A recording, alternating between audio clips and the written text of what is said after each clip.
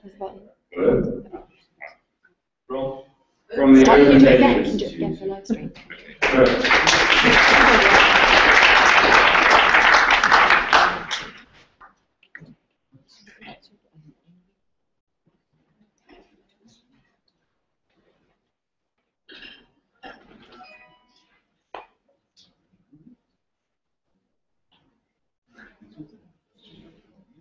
And one more time for the live stream, we have Sumika from the Open Data Institute.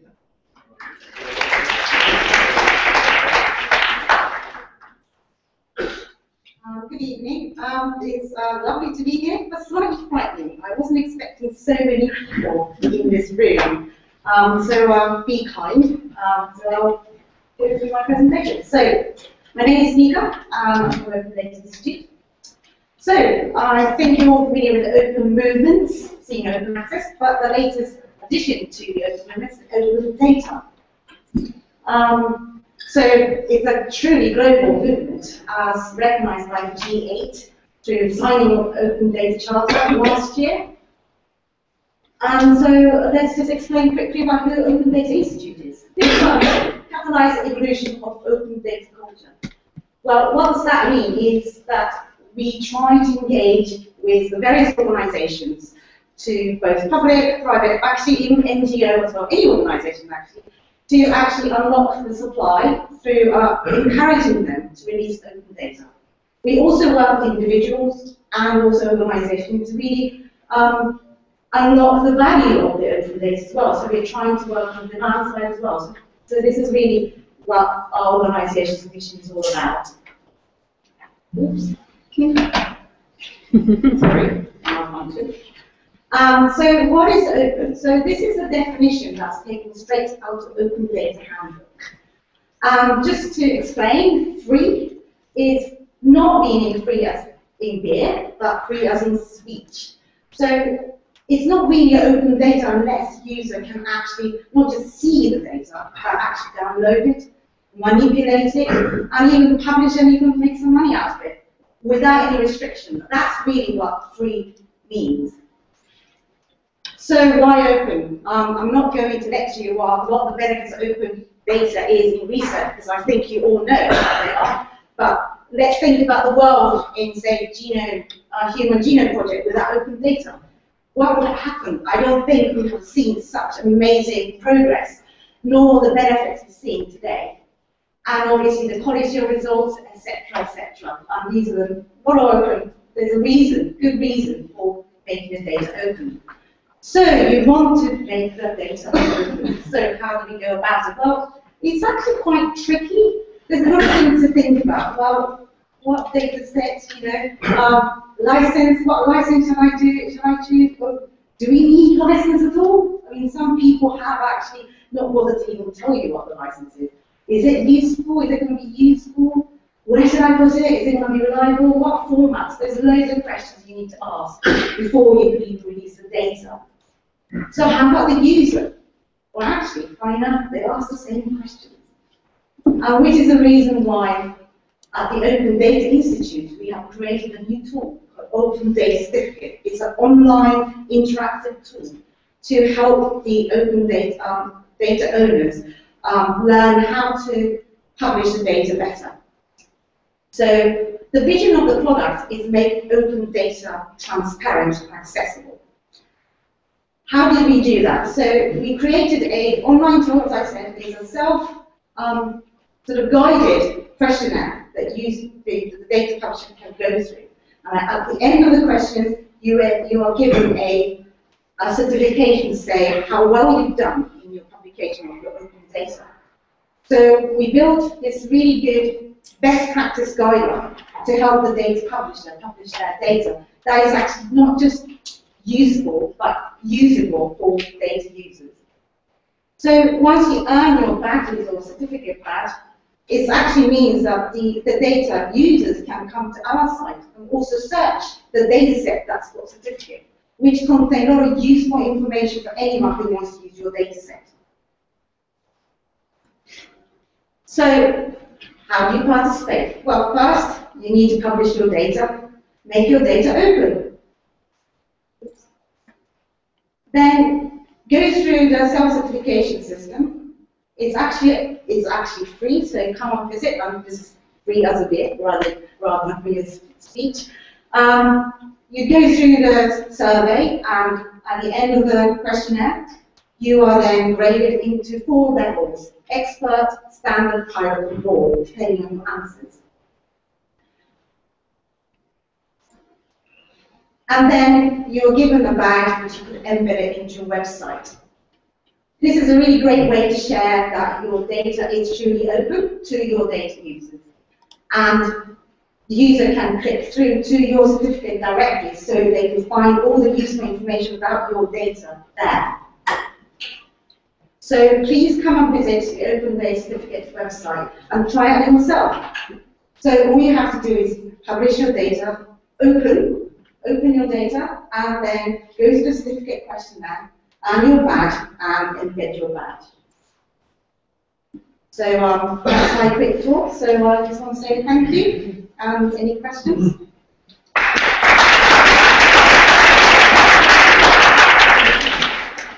Just a quick question. How many certificates do you issue already?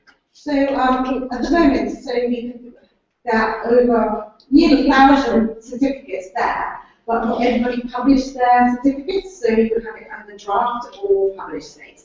So at the moment we have over 100 certificates published, but we are starting a new program where we're helping the publishers to certify more quickly by actually going to some data portals out there. So automatically bringing the metadata of that data in, so that we are actually creating a raw certificates, and then they can claim it and then continue with the program.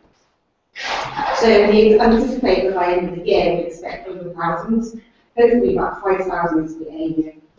But this is just the UK. We're actually localizing our certificate questionnaire, and we've already got Italian version. That's hoping to have a final version soon. We've done US in the beta state. We also have Mexico is participating, Korea is participating. We're seeing this as a quite global movement. Yeah, great idea. But what you need is publishers to require that authors, if someone is, say, writing a paper, that they have to get certification and make the data open, specifically open access publishers. That's the best way it'll work, because then it has to be, data has to be open. Basically, if I were a publisher, I'd say, well, you can't publish a paper unless you got a certification that your data is open. Just a comment. Yes. Just as well, not a publisher. No. Thank you. Yes, Hi, sorry. yeah, I was just wondering how it would time for things like Natalie, because the whole thing of virtual is that you have to make it data open when you use it. Natalie. Can you talk over the lights? Okay. Yeah, so Natalie is a new tool, Natalie, and they require that you use it, that you open the data. I just wondered if you had any kind of integration like that. Well, we are continuously looking for a partner organisation to get open data certificates embedded into different services. So we already work with CCAN portal, which is often used by the government organisations across the world, so we work with them. We're also discussing Sumika with another platform provider. So we're working with various organisations. Yes, we're definitely really talk to anybody who's interested. They were really plugging it at your assigned library and at every pilot event at the moment.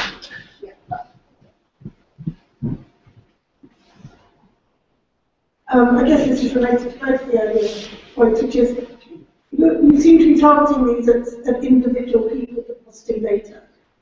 Is there not a case for targeting repositories and housing the data? And so, for example, if your data are in file, you meet the requirements for an open data certificate and automatically delivery. Yes, that's a really good point, which is the reason why I kind of said that my future plan is actually working with the data store technology providers, so that we could actually integrate open data certificate as a part of the publishing process. So we're only talking data.gov.uk, so it's got an amazing number of data sets already there, but we are also constantly looking for potential opportunities with any organisation, any industry, but starting with the government first, but yes, good point. Yes. Are there certain disciplines that are more open to this? Are there certain disciplines that are more open to this than others? At the moment, looking at the certificates numbers, definitely at the moment the government data is the one that's prominent, the one that's going to. And I think it's partly because with GA Charter signed, and there's open government thing going on with the transparency, and also at least in the UK, it is actually embedded in a lot of policies to have open data certificate as a mandate. It's been mandated as part of the policy, so which is the reason why there's a new drive. But one of the things that we're trying to encourage is private organisation, non-government organisation to also start seeing the benefits. And in fact, there are quite a few private organisations looking at the open data certificate, not necessarily to get a certificate, but also to understand how to release the data that's open and it's a good practice. But yes, I do. There is definitely some organisations are more open to open data than the others.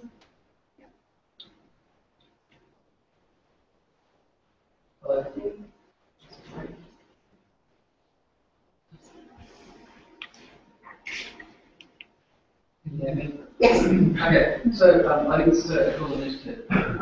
Maybe this is a really rhetorical question, but so licensing, copyright is really important, particularly when things go wrong. It's also very boring, right? So how are you getting individual researchers interested in sort of actually engaging the idea of how a right license benefits them, why they should care? It's a good question. We haven't really actively gone to speak to researchers individually to use open data certificate. In fact, the reason I came here was really trying to get more exposure of open data certificate to publishing and also research community as a whole. So I guess I'm not really answering your question, but this is like a kind of first step for the ODI to take, to try to engage more with the researchers. But just to make a point though, even though I said researchers, our co-founder is two co-founders. It's Tim Berners-Lee and Nigel Shadbolt. Both of them are academics and obviously, as you know, and so it's not clear-cut saying the researchers are not familiar with it, but it's just we need more exposure, and I feel that this is a really good forum to discuss with publishers and publishing industry as a whole to engage in open data. It's really great.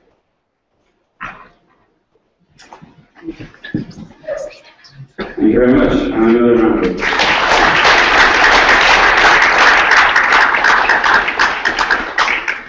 And the second speaker has just arrived, so whilst we get our presentation set up, if Bernie would like to just come up and give a few words about scholarly social.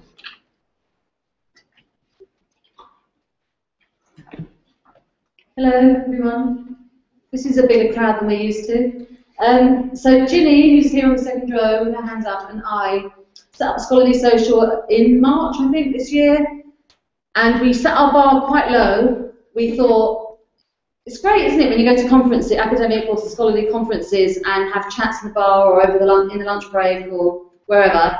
Or if you're on a committee, serve on a committee, and you get together with librarians or researchers or whoever you work with. I'm looking at myself on that screen, it's quite weird. That's great, but when you're freelance, as I newly am, and Ginny's a more experienced hand at being freelance, it's difficult to do that. So we thought, how about we just get together in a pub a few times a year and invite people, and they can talk to each other, and that's it really. So it's Scholarly Social is some people in a pub, meeting other people who like going to the pub, who work in our area, and seeing what happens. And so far, it's been really pleasant and enjoyable and quite easy. And we thought, as long as that works, we'll do it. So that's what Scholarly Social is. We're here tonight because we were thinking of doing something this week. And I must thank Kat Chimes from Altmetric, who said, well, so are London Open drinks. I haven't met Adam yet. And so are Future Pub. So Why don't you maybe talk to each other? So we did. It was very easy, and we came together. And so if you're in London ever, when we do a scholarly social, you're very welcome. We've got a LinkedIn group. We'll probably set up a Twitter account, I think.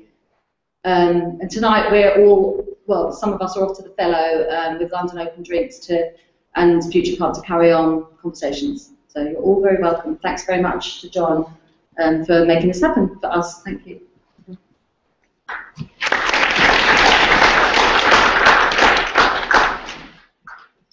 I didn't really do very much to make this happen. We all just reset those screens.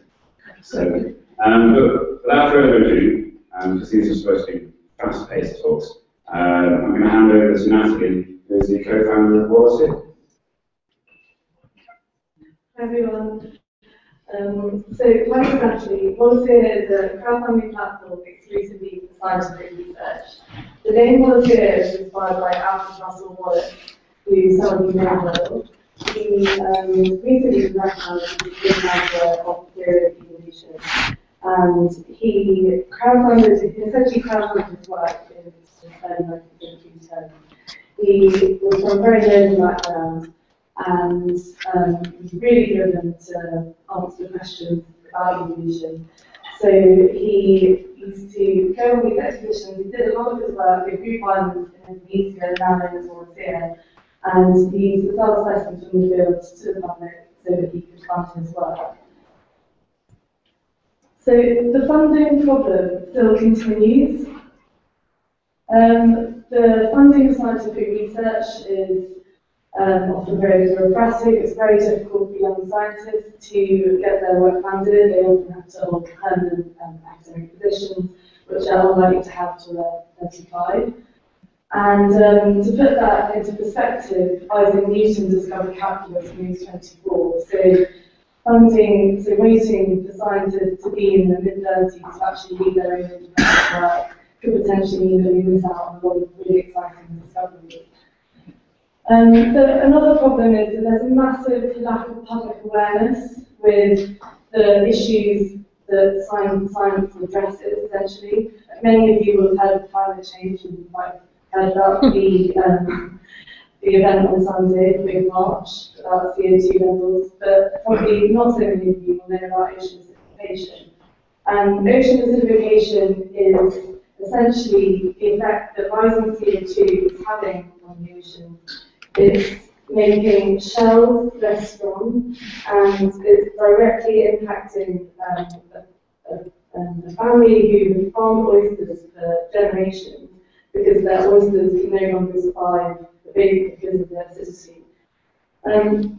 So, yeah, as I mentioned, there's many issues that can be addressed through science.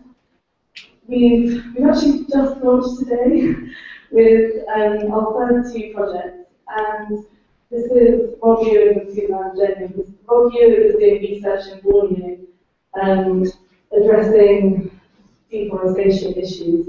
So he's managed to collaborate with the Malaysian government, and they've agreed to let him track what happens to mammals using drones as forests are leaking to see whether they can survive, whether they can mate again, and whether they find new homes. And he hopes that this research can inform policies on deforestation in Malaysia and Borneo. Suzanne is doing research. She's already done her PhD looking at the impact of ocean acidification on shells in the Antarctic. And now she wants to look at what's happening in UK waters. So she's going to be looking at mussels and crabs in the UK and to see how they're currently being affected by CO2 levels, and how if CO2 levels continue to rise, how they will be affected. And this is being done in the lab. Our model essentially is that we find interesting scientists who want to help on their work. We see what help they need, and then we help them create campaigns, and we help them engage with audiences that think their work is important. And the idea is that people who back projects on Walacea will be able to learn much more about the research that they're supporting. So you can have podcasts where instead of listening to the radio in the morning, you'll listen to Suzanne's updates on what she's finding with her FUMA research on ocean certification in the UK, or you could have a photo from audio that they've put up with like a cloud method that they've caught on one of their cameras. So the idea is really to start engaging the public in scientific research and really help more scientists get funded. So we've got 2 projects that we've just made live. We've got about 10 projects in the pipeline. Some of them are nearly ready to go. We're going to, test courses with these ones. And yeah, so we really hope that you find this interesting. And if you do think this is important, please do have a look on the website and then back some research. Thank you very much for listening.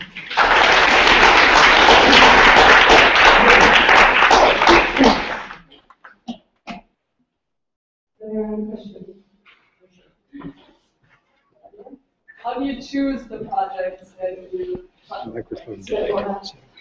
Yeah, so it's a mixture. The projects that we have at the moment, I went to a university and I went to one of the alumni events, and initially it was actually really hard to find any projects. But I went to one of the alumni events, so basically I spoke to the program chancellor and I asked him if they could help me find a project. And he passed me to someone in the research and enterprise department who gave me a list of scientists that he thought were doing really interesting projects at the university. And I looked through those, and I emailed them, and about half of them came back and said that they had work they wanted to crowdfund. And then other projects they I've kind of looked and I found things that I think were interesting. But it all depends on what you personally find interesting? Well, it's kind of well known. No, I've got a survey on the website where people can complete it and they can say what areas they're interested in, and if they're interested in specific areas, then we can start trying to find projects in those areas. So it's, essentially, I want the public to inform us what research they think is important. I've got 3 questions. The first question is, do you have a sense of financing balance that you think would be appropriate to try and raise with this platform? Second question is, have you got an estimate of the total amount of revenue you think it's possible to generate in a market like the UK through a platform like this? And the third question is, how does this compare and contrast to experiment.com? Okay. I'm not very good at hearing lots of questions. How much do you think people could raise on this platform? Okay. How much total could you get out of the UK market? Okay. How does this compare? Well, we did 2. So raise, I hope that we can eventually raise quite significant funds on this platform. The 2 projects that we've launched with, one of them's trying to raise 12k and the other one's trying to raise 20k. What I've found through speaking to scientists is that you can do some stuff for like 10k, but you could, like basically for 50k or 60k you can fund a PhD. And so really, I want to be able to fund projects for like 60k. In terms of the size of the market, I think it's really, really hard to know. I know that the charities, the public give 9 billion a year to charities. I think that a lot of charities are geared towards scientific research, like Cancer Research UK. So, I do see a lot of potential. This is the addressable market for getting a more personal relationship. Yeah. Yeah, and there's also there's less of the push that the charities have got, whole organisations of funding. And then in comparison with experiment.com, so experiment is not rewards based. So all of the campaigns have different rewards that are geared towards helping the public understand more about their work.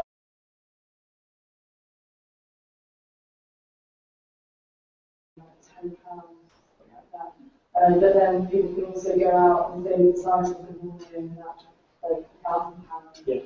So that's one of the differences. And we're also, we're not done this yet, but we're also making some corporate gifting because universities are some charities that we haven't that. I'm concerned about your legal model. And it's more money. I think the idea is great. Okay. If you look at the Indiegogo or Kickstarter or the other crowdfunding, they take anybody who wants to put it up. Yes. You, however, going on the final slide, appear to be curating it, and therefore you're putting some sort of return on it. To say, you're putting some sort of saying, this is a good project, we stand by it. Yeah. I'm aware that you're standing by it, and therefore you get kind of something wanders off with all the money. And how do you feel about that in terms of what is your bar to actually, what is your level that you're trying to say? You have to meet this standard before we put you on there. I think that the risk of someone walking over with all the money is quite low because we're working with the university department and the money will be signed off by the university. It's not going to go directly to the individual.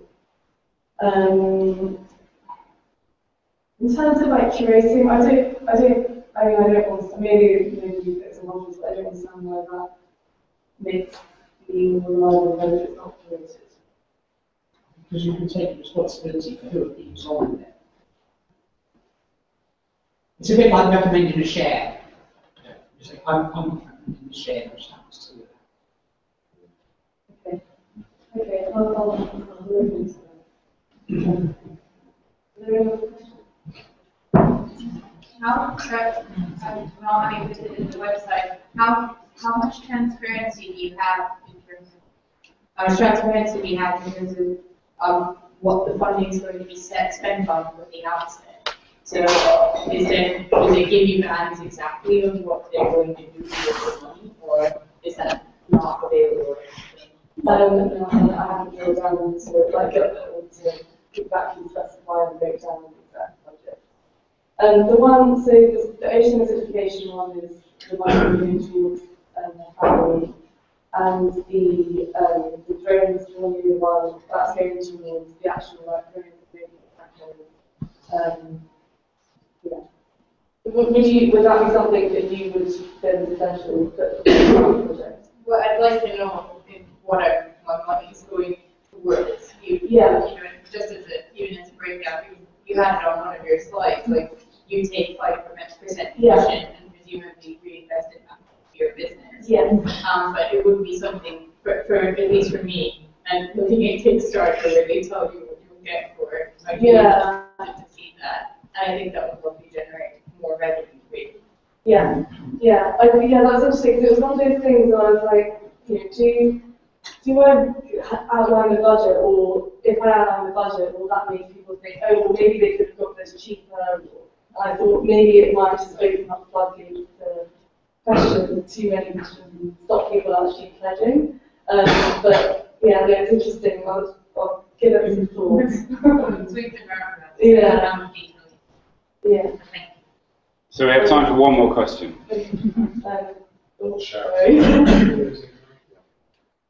was just wondering, obviously with this money, do you have like some of the teams on account or anything like that? Right, yeah. Not yet, no. I suppose you will be in the future, I think. In the future, All right, give a big hand to Natalie.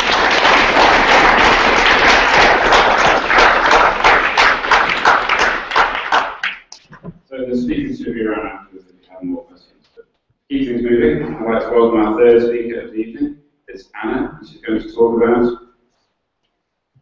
journal selector tools. Seamless. Seamless in sound, but not so much in visual. Nearly.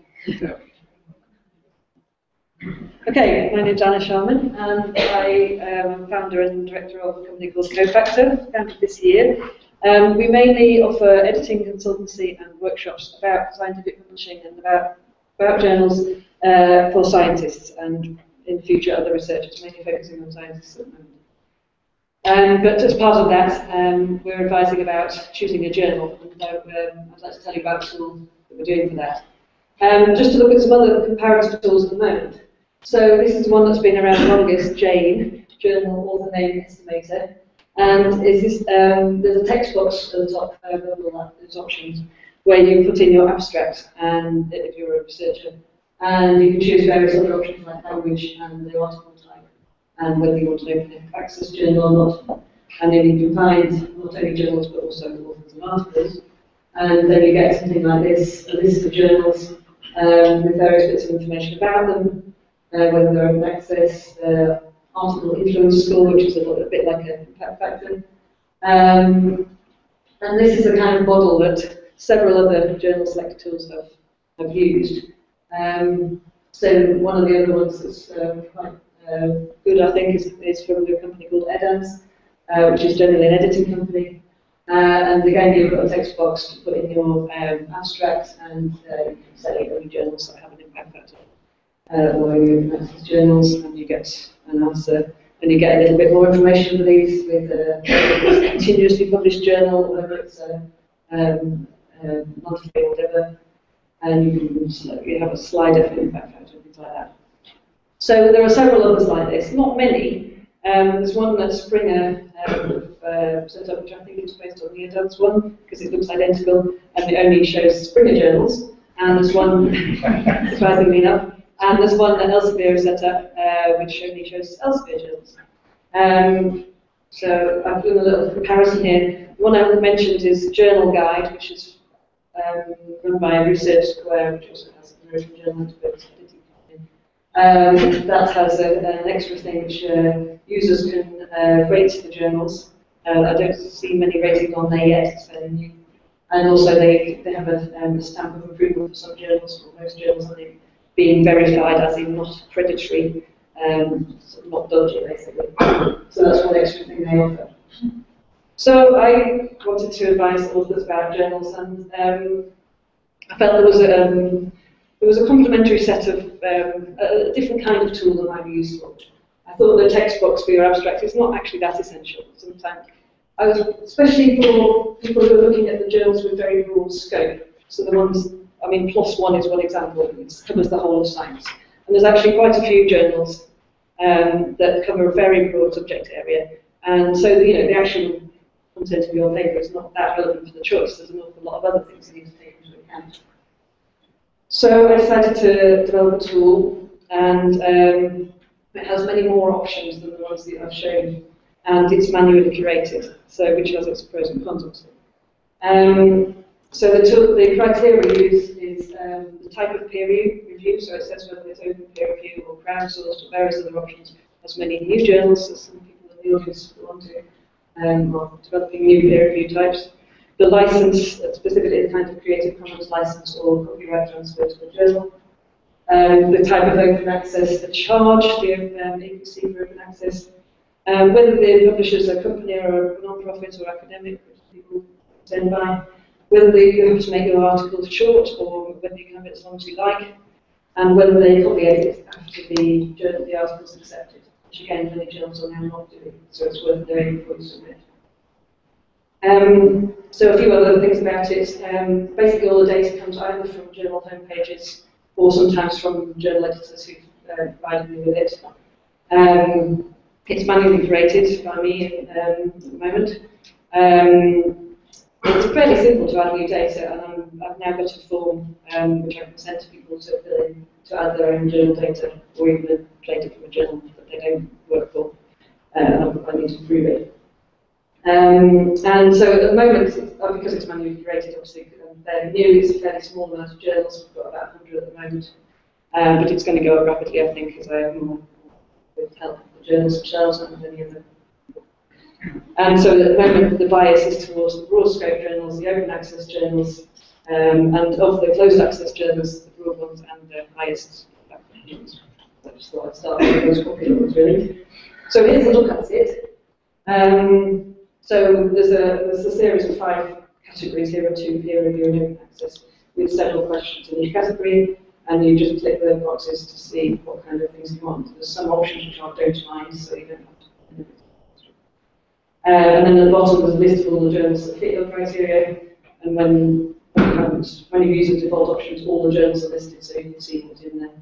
And then you can click through on any of those, and you get a journal profile page, and here's an example for PLOS one here, and it gives you, this is the top half of it, gives you not only the criteria that you put in on the right there, but also some general information like publisher, scope, and links to the website and the instructions for all this ISSN librarians. And then at the bottom you've got the other options you've got. The ABCs are in categories as well, the impact factors, impact. No selectivity there is, but we'll go into that later if you want. Oops. There you go. So that's it really. Any questions about it? That's the URL of it, and feel free to contact me if you have questions later.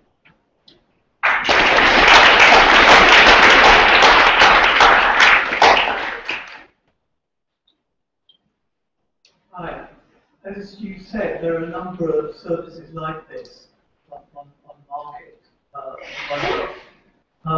And you also said there are pluses and minuses to manual curation. And obviously one of the great issues is scalability.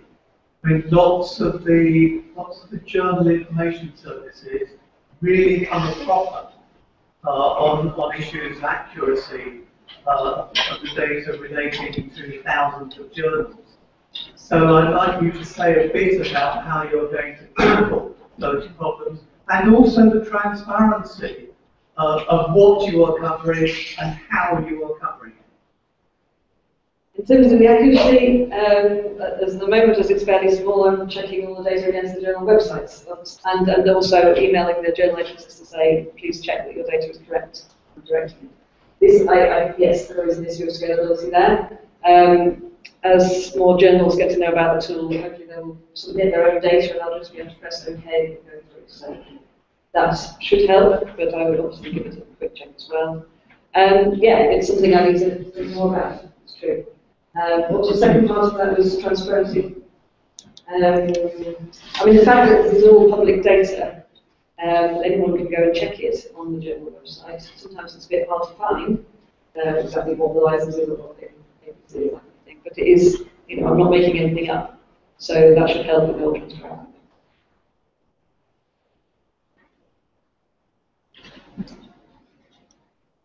It looks great. The only concern I have is that when you actually get the list of journals, I'm wondering, as you get more journals, then obviously that's going to be quite a long list. So maybe you want to start. I am thinking about that, yes. Any suggestions?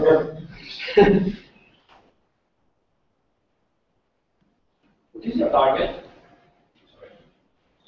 So what is your target customer? Who do you think will actually use it? Are you talking about PI or?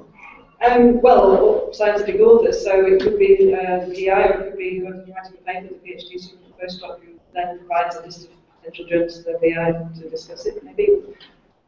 Could be from my experience, usually as scientists as well, we know what we're publishing. So I never heard a colleague say, "Oh, I really don't know what to do." How do you know? Well, it's experience. I mean, we know our community, what people do. I'm not. Well, I mean, one reason I'm doing this is there are quite a few new journals that a lot of scientists haven't heard of, and especially the mega journals. I want to find a way of comparing between them. So, especially, you know, you go to your target journal, the top one in your field, your paper gets rejected. You then don't know where to go next. And as people are saying, why don't you go to PLOS One? Why don't you go to PNJ? Why don't you go to one of these other ones? And I want to find a way for people to compare between them and see which one's the best one out of those broader journals.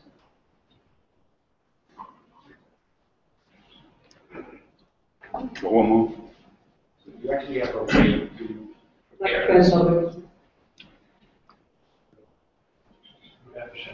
Do you actually have a way to compare journals? So imagine that I want to compare PLOS One with PNJ. Can I do that? There isn't a sort of side-by-side comparison at the moment. You can click through to both on different tabs of your browser. That would, to start with, that would be a quite easy way to compare them. It's a good idea. We'll take Joe and then move on.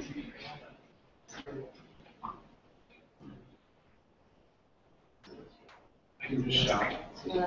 Wow. How do you plan to make this all sustainable?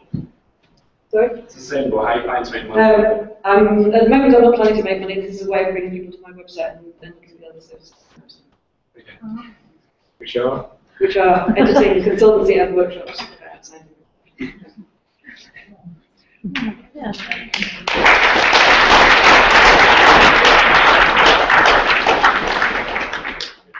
That was beautiful.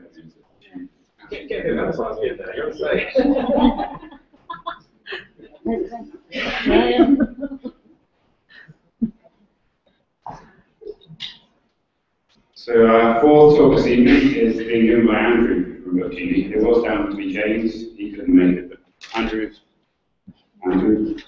one of the other co-founders of Bookgenie and is going to give you a short overview of their service. Thanks very much, John. To say my name is not James Macfarlane, I'm Andrew Dorward. James is my partner. We've swapped cities for today. He's up in Edinburgh with our corporate lawyers, and I'm down in London talking to you chaps. Okay, what is Bookgenie? So our mission at Bookgenie 451 is to improve research outcomes in higher education. How do we do it? What we do is we match a researcher's profile against content that is coming from a publisher's repository or an institutional repository. So we've got some very clever indexing tools, which is doing full text indexing, and we've got some very clever tools that will index a research paper that you're working on, so we can see the area of research where you are. We can ingest profile information from Facebook and from LinkedIn and social media sites, and we can then produce for you, based on search terms that you're putting in and what your profile is, what we call snips of content. So a snip might be a citation, it might be a paragraph, it might be a page, it might be an article, it might be a chapter, it could be a whole book. And we then allow researchers to either access that content with open access from an institutional repository or to buy that content for a micropayment, 60 cents, 80 cents, $1, depending on the size of the content and how relevant it is to that particular researcher. We use dynamic infological semantic algorithms to do this. That's a handful. The engine was developed by my co-founder, a guy called Jason Markowski. Jason was the chief technology officer at Amazon.com, and he invented the ebook Kindle and also a lot of the algorithms that go behind the recommendations engine at Amazon. So the back office stuff has been developed. It does what it says in the tin. We have two business models. At the moment, I should say we're pre-revenue, we're pre-funded, so this is not yet operational. But when we do go operational, two business models. One of them is business to consumer. So that's working directly with universities and students to get them to use the service, to start to access content. And basically our business model is we take a 40% cut on any publisher's content that we sell as a retailer. So we're a new sales channel for publishers. We also have a business-to-business model whereby we can become a pipe label for individual publishers to help index their content and work underneath the covers. And we've got 4 publishers now signed up for a proof of concept for the pipe label business model. What pain points are we addressing? Well, first of all, there's the crisis in academic textbooks in the UK and the US markets, where publishers are producing more and more new editions of textbooks at ever higher prices that are becoming unaffordable to students. Publishers realise that's a crisis point. Students recognise it, universities recognise it. So we're making relevant content much more affordable to students to use and then to cite within their essays. The second one is the impact of open access. I've been working in the open access area for the last couple of years at the University of Edinburgh. There's absolutely no question that as the government and funder mandates begin to kick in, publishers' bottom line are going to be very, very adversely affected. The 40% return that you can get for publishing journals at a big profit is not going to be offset by the 4 to 5% condition that you get on publishing books. So publishers have to look at new ways of repackaging and selling information. The third thing that we address is the relative inefficiency of search engines for academic content. We benchmarked several search engines as part of a research project I did at the University of Edinburgh. And we found that HP's autonomy product was coming out by far on top because it was doing the school text indexing and searching. It was far superior for finding open access content in repositories where they have full text than either Microsoft or Google was, Microsoft Academic, Google Scholar.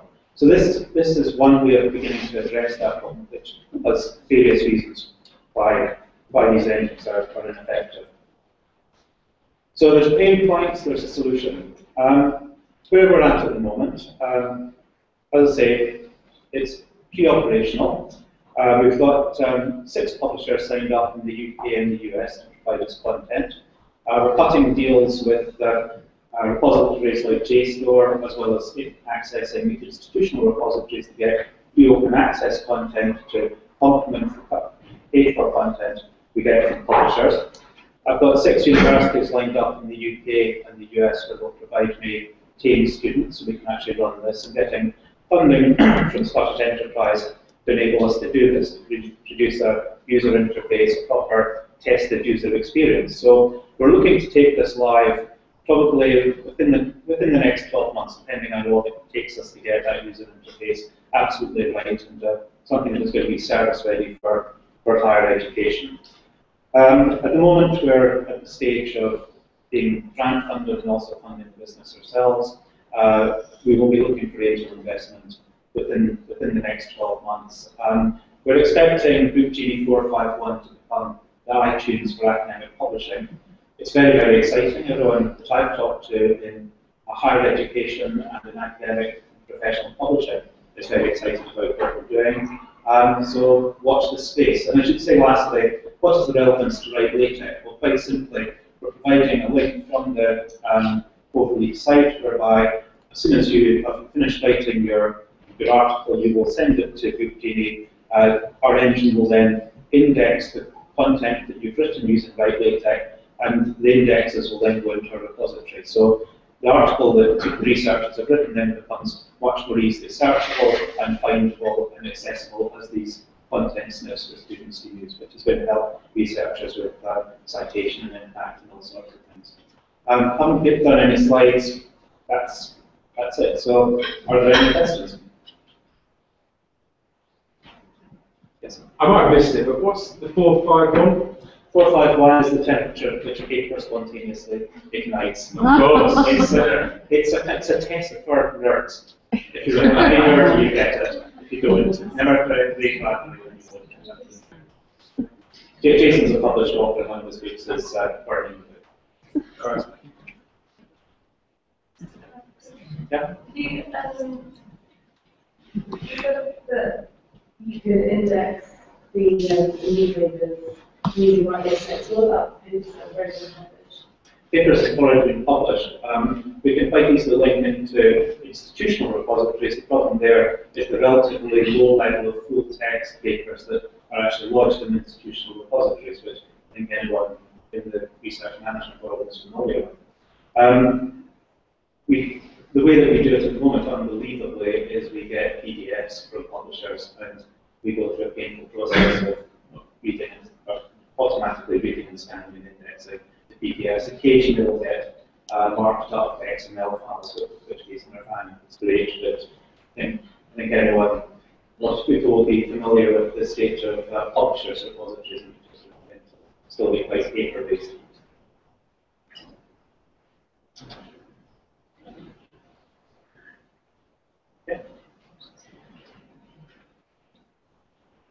Any more questions, Randy?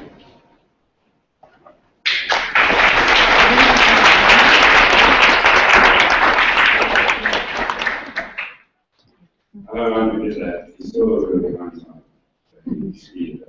And, wow, Alice already destroying the technologies. Kill some time. Kill some time. I could dance. Not again. Not again. So, other people, you will recognize Alan. He's the marketing manager at Figshare, one of the other portfolio companies here at Digital Science. And he's going to give you an update on what they've been doing recently and what the latest news from I'm at Figshare.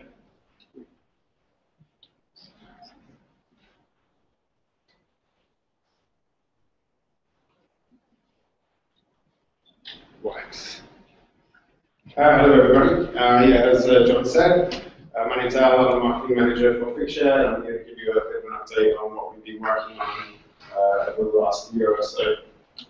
So there's a lot of familiar faces in the audience, but for those of you who don't know us, Figshare started off as a platform where researchers could store, share, and discover research.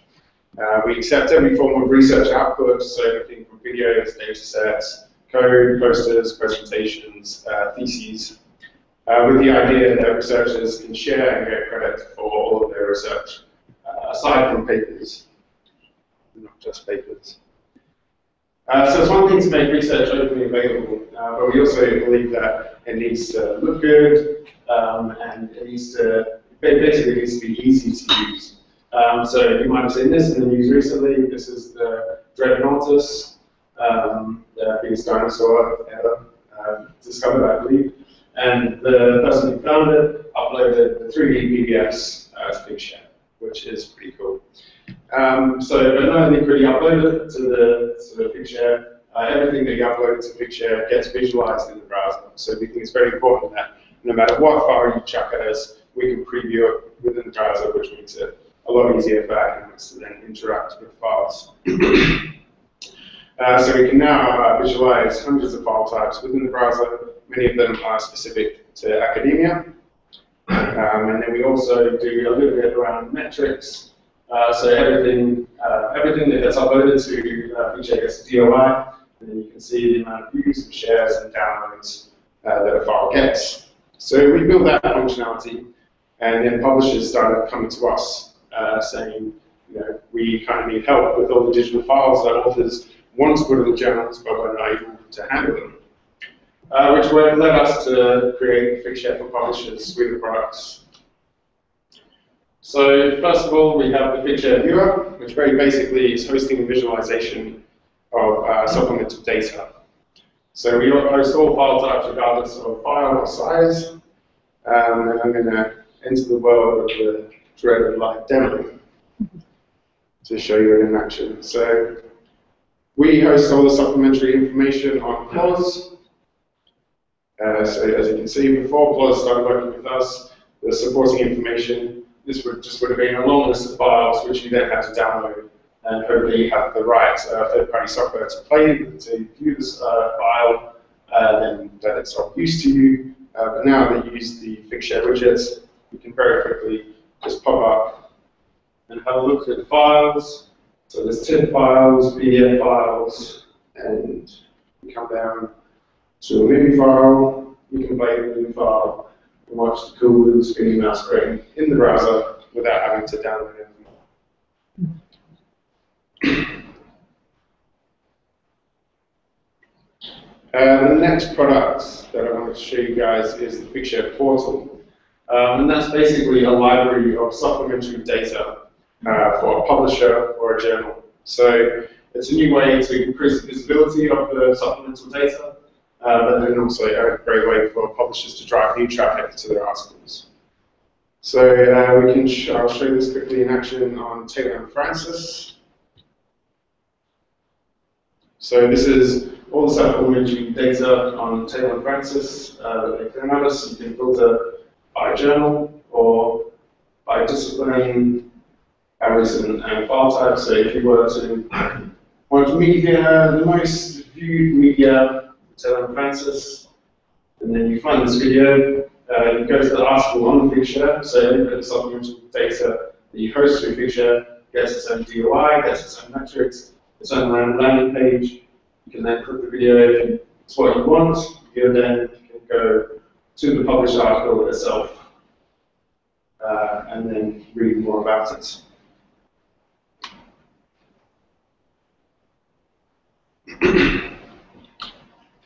The next thing I wanted to show you very quickly is Figshare Data Store, which is basically the same functionality as the viewer, but it's just geared at handling data. So, files of 100, 200 gigabyte. Not many publishers can handle that kind of thing. You can just host that on Figshare and very easily integrate it into articles. And then Figshare Innovations is kind of the catch-all bucket, what we call any cool data-related projects that publishers come to us with. So for example, recently we launched the related content engine on POS. So what this does is using links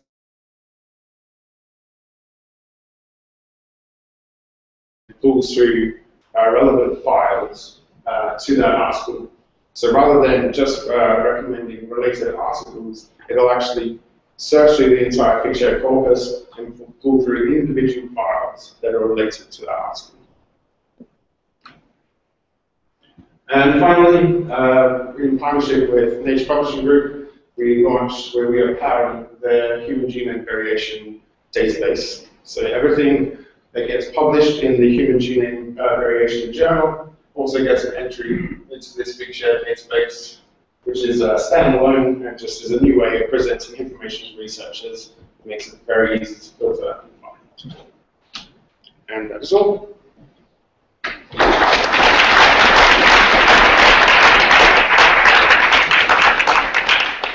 Any questions? Choose.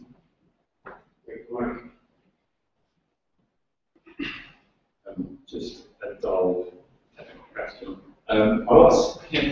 What's the upper limit to the file sizes for the big data sharing? So this is for individual users or for publishers or individual researchers? Individual researchers, we have a freemium model. So for the free accounts, it's up to 250 meg per file with a total of 1 gigabyte. And then that scales upwards through the premium accounts, where that's basically our model at the moment. If it's a publisher, then we can do a lot bigger files, but for individual users, we don't have that as a small asset. Thank you. Very interesting innovations. For the publisher portal there, for the Taylor Francis, for example, can you help me understand, please, why don't you have to go there? Not sure what problem. Okay, so the other thing that I didn't actually mention is that figshare gets indexed very highly. So another way of in to that portal could be do a Google search for something that is on the portal. So you would then land on the figshare page and then go via the portal. So the portal that's there is kind of just a landing page which Taylor and Francis can use. If they could actually embed that on their site if they wanted to. Or it acts as another avenue for people to index and then go and find that way to the Taylor and Francis article.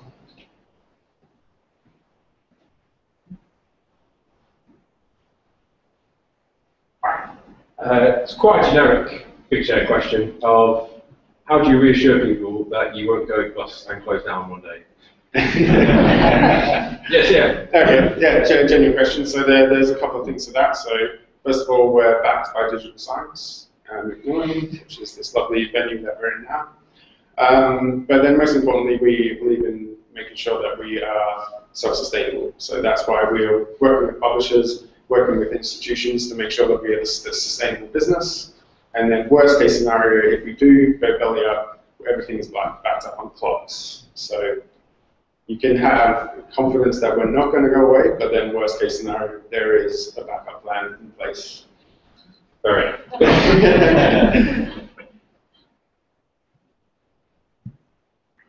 All right. Thanks a lot.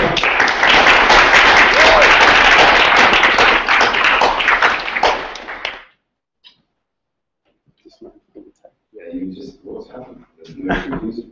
But thankfully, 6 speakers bring you some confusion. So, all is saved, and I'd like to give a big round of applause for all the slides. She was giving us talk this evening. I think it's a really interesting one, new developments and papers.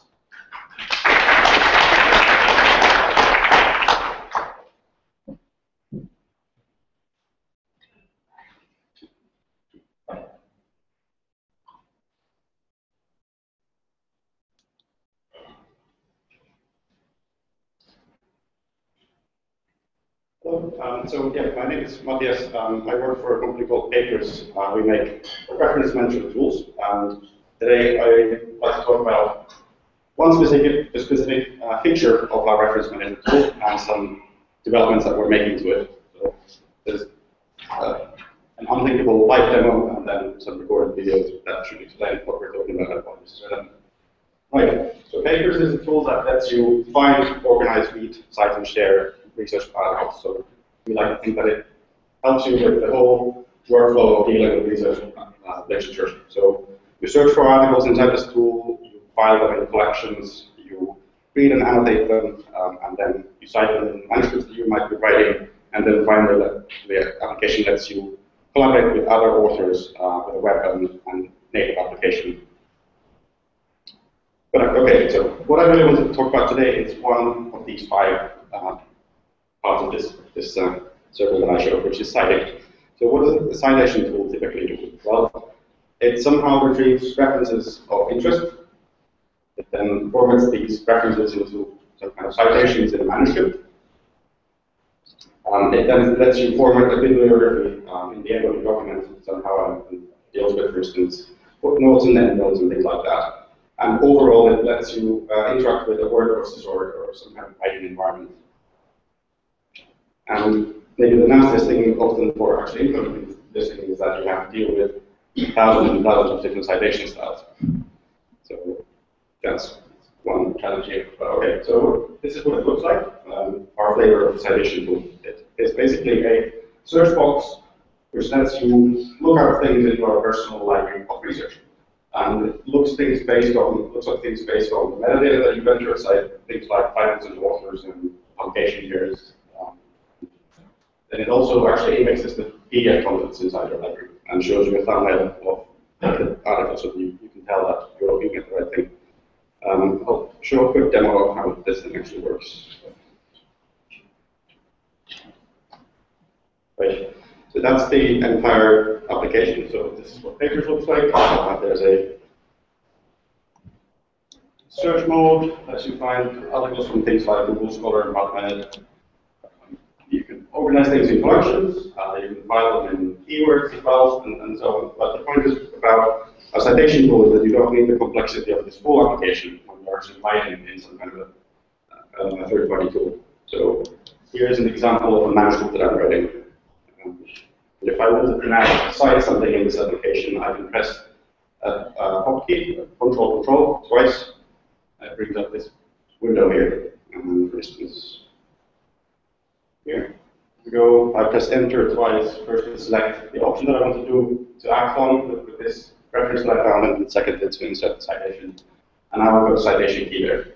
If I was writing in Word, I would then be able to format the citation and format the bibliography in the end of the document. Okay, that's kind of the base of how this works. So there's various tools like this out there as well. So some inspire the same kind of ideas that we are in terms of the UI. So you see that there's kind of search boxes of some kind. But what's similar about all these tools and different in Papers is that Papers is, and citations included in Papers is not a plugin in the word processing tool that you might be using. So for instance, it's not a Word plugin or it's not an OpenOffice plugin. So it actually works in lots of different tools. But just to recap again, so it lets you insert and format citations to and format bibliography in various ways, and cite multiple entries and use 107,000 different styles. How you might want to do that, that's a different problem. But anyway, yeah, it lets you use this tool and cite Papers in practically any other application in your platform. So to give some examples, for instance, Evernote, a number of text editors, Scrivener, which is a nice writing environment, mail, messages, Word, and this one over here is a LaTeX editor. But really, in terms of where this idea comes to us from, it's not really other citation tools where we pick up the idea for this UI. It's actually quick launcher applications, and I'll explain a little bit about what that means in case you haven't used something like this before. So Alfred is an icon for one of these popular quick launcher applications on OS 10 on Mac. And what it lets you do really is just to bring up this box which lets you launch applications in a good way. So I can, for instance, search for pages without touching the mouse, I can just very quickly open pages and bring it into focus. I can also open, say, things like one person, password, and so on, but it's actually much more than that. It's actually also, for instance, a calculator, or it's, for instance, a user interface to iTunes. So I can actually play and pause music with it. So the more you get into this, the more you start using this, and you start really relying on it as more than just a quick launcher. So what we really like to do with our citation tool is to make it more like one of these quick launchers for scientific content. And I've got a couple of initial ideas of what that might look like. Here's the demo video number 1. So, for up this first window, and instead of just actually tapping that's really quickly, just close. So here we go. It's too fast. Try and pause again. So we've added this option for searching online in this tool. So rather than bringing up the whole papers application, oh goodness, I'm just going to skip it and just go forward. Yeah. So there's a search online option here, which lets you search for papers that I haven't yet looked at before. I just, for instance, look for anything like this here. And what I'm actually doing here is doing a PubMed search. These are no preferences that I've pre-picked into my bibliography. This is a live thing that works on just with an external web service. And what I did there in a couple of seconds is just put that on the clipboard. Why is that useful? Well, for instance, if I'm writing a manuscript and I want to reference something that I would know of, but it's not yet in my library, I can just bring it up right there and save it into my library and insert the citation key for it, right in the context of the tool that I'm doing for writing. So it doesn't break my flow of what I'm doing at all. Another thing you could do with this is I would just jot down approximate notes of what I'm doing, and then later on, very quickly resolve those into full citations. So I just selected some text, I brought up this tool in front, it was already able to find and resolve this, again, through a PubMed search into a citation that I can then insert as a citation key and get it forwarded as a citation in the end. And the final example that I have about this idea is just inserting a formatted citation in the document that I have. Again, this is not searching from a library that I pre-selected, this is searching PubMed. I could also use any of the 20+ different search engines that Paper supports. So we can search multiple different engines at the same time. There we go. Just a couple of seconds to do that. The idea of doing something like this, like online searches in a citation tool, is not like mobile on its own, but what we'd like to do with this idea here is just to make this one small dialog act as like a Swiss Army knife for different kinds of referencing related tasks that you might have. So online search is one thing, but there's many other interesting kinds of entities than just finding research articles that you might want to interact with, for instance, say authors.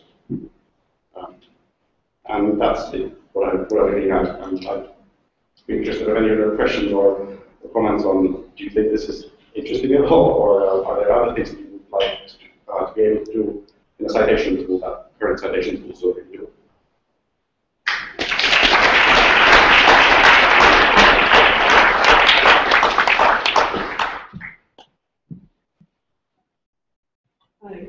I've been making the citation tools to be usable by editors, as in not so you don't have to have your own little library.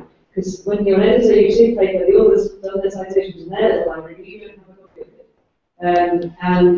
it. So one of the ways that I'm thinking, it sounds like this might actually sort of that you can reformat the citation or bring in a new citation without having to have a library. Is that right? Yeah. So actually, the citation keys that we insert into the document are what we're determining universal cite keys. So actually, they're stable. So for instance, the same metadata record will give the same citation key to anyone who uses the application. And one thing that we'd like to do is, for instance, if I have this, say, this manuscript here with that citation key, I should have a mapping from this citation key to a full metadata record that I can just pick up online. For instance, if this were a markdown document, I should be able to just, based on this information, without having a papers library, insert the full That just got the whole large new market there. We all do this, but they're good.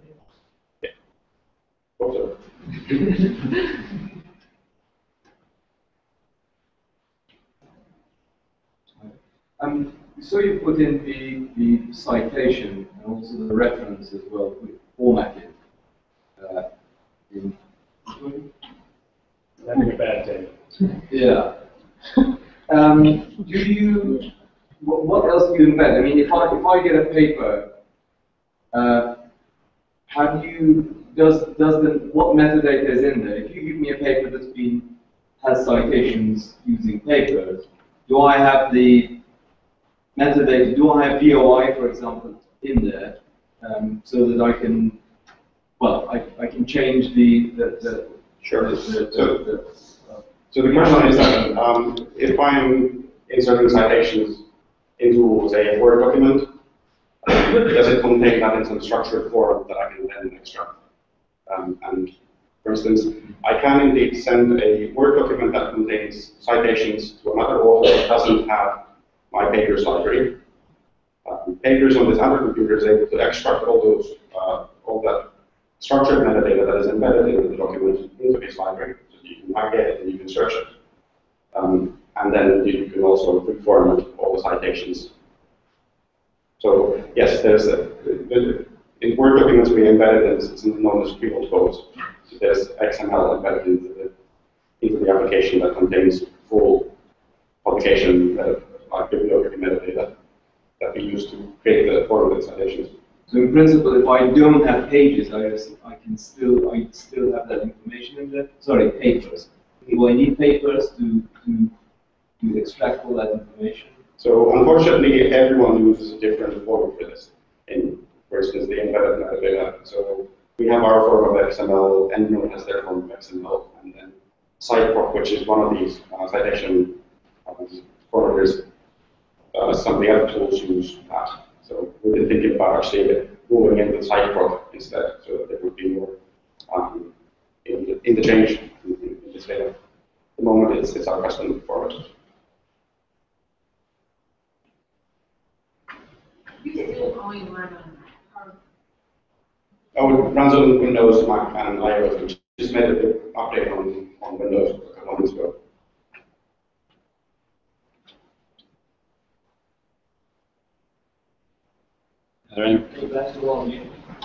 Linux. I think the web version is your best bet, actually.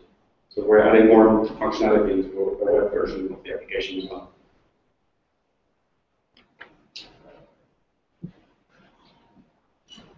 Great. I think that's about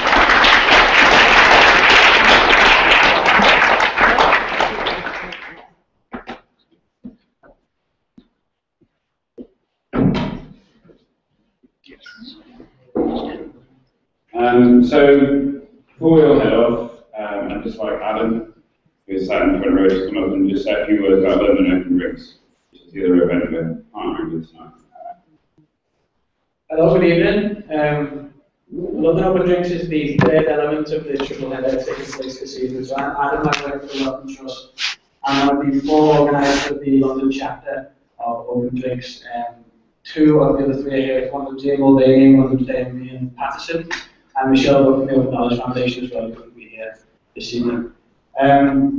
It was Open Drinks began as a self-organised kind of boozy get-together for anyone interested in open science, open access, open knowledge, open source, or open anything else. And it was first begun by people at PLOS in San Francisco. And there are now, I understand, a New York Open Drinks and a Washington DC Open Drinks. So we're the first chapter situated outside America. And the best of all four, I can assure you. And we'll be sharing the space at the fellow as soon as this event is over with the Scholarly Social run by Bernie. So please do come over and please do follow us on Twitter at LDN Open Drinks. So I'll see you all at the fellow. Thanks.